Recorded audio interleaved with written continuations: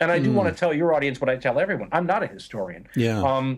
I have a degree, a simple BA. I adore it. I could have gone on, but I think I would still be in school. I enjoyed school so much that for me it was like a temptation I had to get away from, or I'd still be there. I mean, academia I found was intoxicating, and I don't think I ever would have left if I hadn't forced myself to. And then, my wife had a great line the other day. I had started off as a theater major, if you can believe that, and then switched to history with a focus on military history. And she said, if you think about it, you've actually found a way to utilize both the theater and the military history. And I thought to myself, there's no way you could have planned that. How in God's name was that aesthetics class I took when I was a theater major ever going to help me in the military history field? And yet here I am utilizing both of those things every day. It's funny how fate kind of puts you in those kind of places. Yeah. And I was thinking when you said you had to peel yourself away from academia because it was so intoxicating, I was thinking, but here you are. You're holding a class for, I don't know what your audience is, but tens of thousands, if not hundreds of thousands of people. That's what's funny amazing. though, but it's funny because I don't, if you look at the very first history shows we did, you can hear what I had planned to do. I mean, when people say you shouldn't be, and some people do, that you shouldn't be teaching history, I keep trying to tell them that I'm not trying to. I have these weird Twilight Zone. I mean, you mentioned one of them earlier, that whole Nazi book thing, right? That's what I want to talk about. And when we did the first few shows, they're like 15 or 20 minutes long because that's all I include. We assumed that the audience was going to be people who already knew the story. So I was just going to talk about the cool, wicked, wonderful stuff that I like. And it turned out that the audience that liked the work was an unplanned group of people that didn't know the story. And so they kept saying, can you tell us a little bit more about the story so that those Twilight Zone twists that you throw in make more sense? And so that developed organically. I never would have sat down and said, you know what I'm going to do? I'm going to tell people the story of the First World War.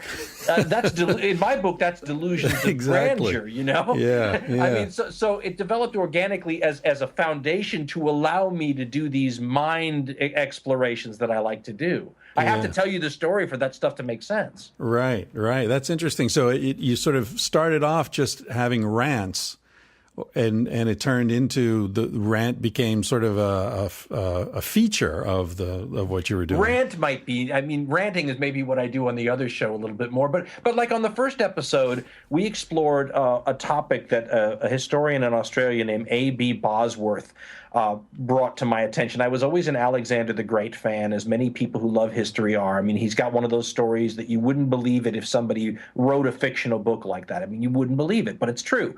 But people get into a little bit of the hero worship thing with Alexander. It's almost impossible not to. And so Bosworth gives Alexander the opposite treatment that the Mongols are getting now, because Alexander's always kind of been the beneficiary of a bunch of admiring historians over the eras. The Romans loved him, for example. The Greeks hated him in his own time period, but the Romans loved those real strong guys, and so they sort of lionized him, and he'd been lionized ever since. And A.B. Bosworth was writing these books, still is, I guess, in Australia, saying the man was a butcher. I mean, drop the rose-colored glasses and understand what you're really talking about here. He wasn't some philosopher king. He's a butcher. And so in the first history show we ever did, I compared him to Hitler because Hitler is a butcher. And I said, now let's examine motives for a minute. Because if what historians have always thought about Alexander, which was that his motivation in general was to write his name. I mean, he was almost like a historical graffiti artist, right? He wanted the traditional view, not total, but traditional view of Alexander is that glory was what he was after, right? He wanted to be the biggest historical figure he could be. If that's your motivation for butchery, does that make you inherently kind of a worse person than Hitler? Because as evil as Hitler was, if you actually read his works, his butchery is a means to an end. And in his mind, his end is positive, right? I got to kill millions and millions of people to create a better world, but it's not to write your name larger in the history books. And so to me, I found that a fascinating thing to just talk about. But we didn't really tell you anything about Hitler or Alexander in that podcast.